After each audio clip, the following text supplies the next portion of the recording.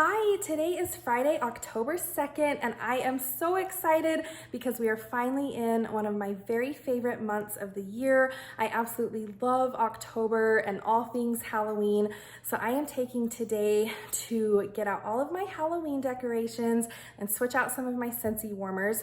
So I thought it would be fun to kind of do a grab bag type video, just showing how I like to change my wax, clean my warmer dishes, cut up and store my Scentsy bricks. And then I also wanted to show you how I like to tackle some of my cord concealing dilemmas with some of the warmers in my house. I also wanted to share a few ways that I like to use scent packs. And then I am putting together a little Halloween Scentsy surprise for my parents. And so I thought it would be fun to share that as well. So if that sounds interesting to you, I'm going to go ahead and change out some of my warmers. All right, now the way I like to clean out warmers is really not groundbreaking. I just like to use cotton balls. So for warmers that I've used 2 cubes in, I will usually use about 4 cotton balls at a time, just because it's less messy. So this is the dish from my Lumina warmer, and I'm just gonna go ahead and dip that in and clean this out. And this dish is pretty clean, so that's good. And then here I have my Fall is Calling warmer, and I'm going to do the same thing with 4 cotton balls. Just place that right in the dish.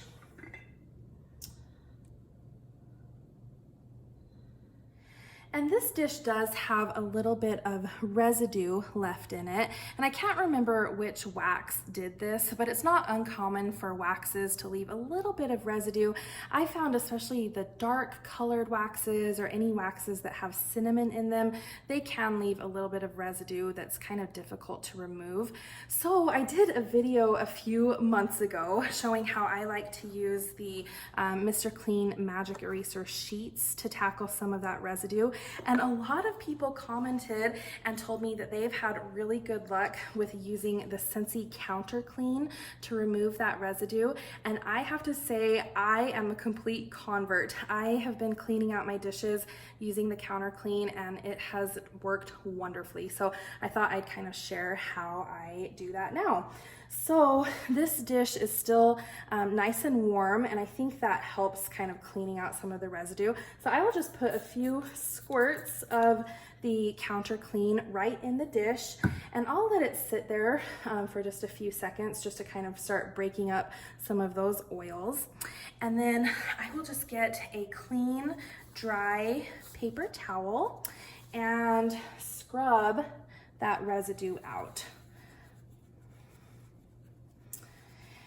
And so sometimes it does take a little bit of elbow grease, and sometimes you might want to let it soak a little bit longer, but as you can see, I'm getting a lot of that residue out, and it's not taking a ton of scrubbing or scratching or anything like that. So like I said, I am a complete convert to using the Scentsy Counter Clean, and it smells really good. So now that is nice and clean. And then I might just clean out my little Lumina dish as well. It's still a little bit warm. I am going to put my basket weave warmer back in my kitchen. So I am going to clean this one out. This one always tends to get a little bit of residue in it. I found that these kind of white ceramic warmers are kind of prone to that. So I'm gonna let this kind of soak up, and then I will get this cleaned out. Okay, I've let this soak a little bit. So I'm just gonna take that same paper towel and then just start wiping out that residue. And as you can see, it comes right out using the Scentsy Counter Clean. Beautiful. And if there were, any really stubborn little bits of residue left, I could definitely go over it with the Magic Eraser sheet. But I found that just using the Counter Clean and a dry paper towel really does work wonders. So thank you to everybody who recommended that to me. Like I said, I am totally sold. All right, and here's the Lumina dish. I'm going to put this one away just for October because I have so many Halloween warmers that I love and want to display. So I will bring my Lumina warmer back out in November. So while we're over here, I wanted to share how I like to kind of conceal the cords. I absolutely love the cord concealing stands that Scentsy's come out with. This square one is actually no longer available, but they have lots of different options. I have one here that's kind of a heavy resin, and as you can see, this is the cord concealing mechanism. So you just wrap the cord around there, and then it hides all of the excess so it doesn't have to sit on the counter. So I have this cord wrapped up in this stand, and then one other thing that I like to do with this warmer to kind of wrangle the cord in is I put just a tiny little command hook on the wall there, just to hold the cord a little closer to the wall. That way it's not in the way, it's not bumping up against the hot warmer, and I think it just looks a little more neat and clean. So that is a little tip that you might want to try, just kind of based on your warmer placement and your outlet placement in your house. So obviously the best way to conceal a warmer cord is to place the warmer on a table or a dresser where the cord can just kind of hide down the back of the dresser. But a lot of like my little tables and bookshelves in my home are these kind of open backed tables. And so you can still see the cord. So I just kind of wanted to show you the little system that I've come up with that has helped me kind of conceal the cord a little bit better. So I actually have a little kind of power strip on the other side of this table in my entryway. And then I have the cord kind of strung down along the side here. And I just have it anchored down with a little twisty tie and then a little pipe cleaner there. This isn't perfect and it's not groundbreaking, but it does make the cord a lot less noticeable so that it's not going down the back, just right into the outlet. I can kind of hide it right up against the edge of the table there. So another example that I wanted to share is actually down in our family room. This is the Himalayan salt warmer, and it's on this kind of open backed bookshelf. So I've just kind of strung the cord in the back here. I still have access to the switch, and then I've wrapped the cord around the bookshelf so that it is a lot less noticeable. And then I've just kind of strategically placed a picture there. And then I've done the same thing with this awesome Under My Spell warmer on the other side. So that does make the cords a lot less noticeable, and I absolutely love that. And this is another way that I will sometimes clean out my warmers, especially when I'm kind of impatient. I've had this warmer on for about 10 minutes, just to the point where it is a little bit soft, and it's so easy just to kind of pop this puck of wax out and then throw it right in the trash. And then you can just use a paper towel to kind of wipe out any excess residue that might be left in the warmer, and it is good to go. All right, and I did just want to quickly show how I like to cut up and store my bricks. So I have this big brick of October's Scent of the Month Walnut Raisin Muffin that I cannot wait to break into. I absolutely love this scent. So I'm going to go ahead and cut up a little bit for me. So there's that nice fresh brick. I just have a little cutting board that I use only to cut up wax, and then this knife came with it. So I keep those together.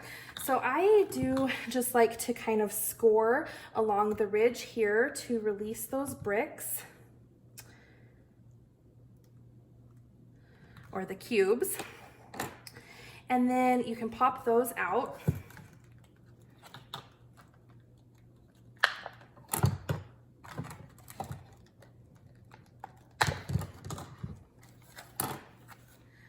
Okay, I've got my cubes out now, and I will usually cut them into either halves or thirds.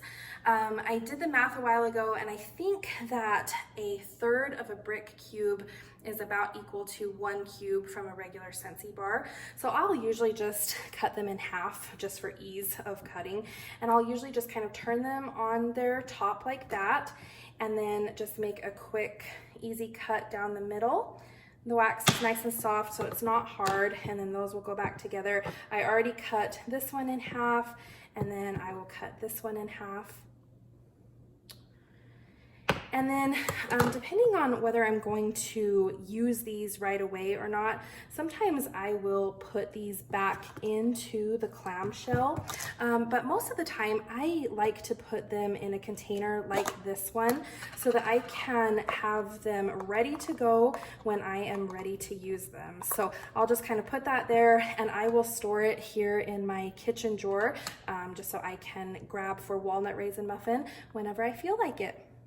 So I went ahead and cut up the rest of my brick and put the cubes back into the clamshell for storage. So whenever I'm ready to grab more cubes, they are ready to go.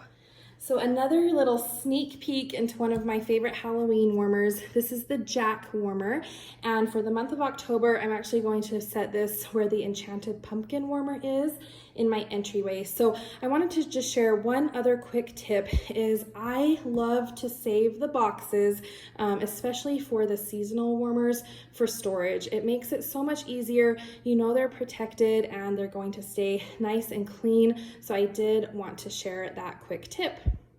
I did get my hands on a few of the Nightmare Before Christmas scent packs, which were available with the Harvest collection. So I'm excited to try these.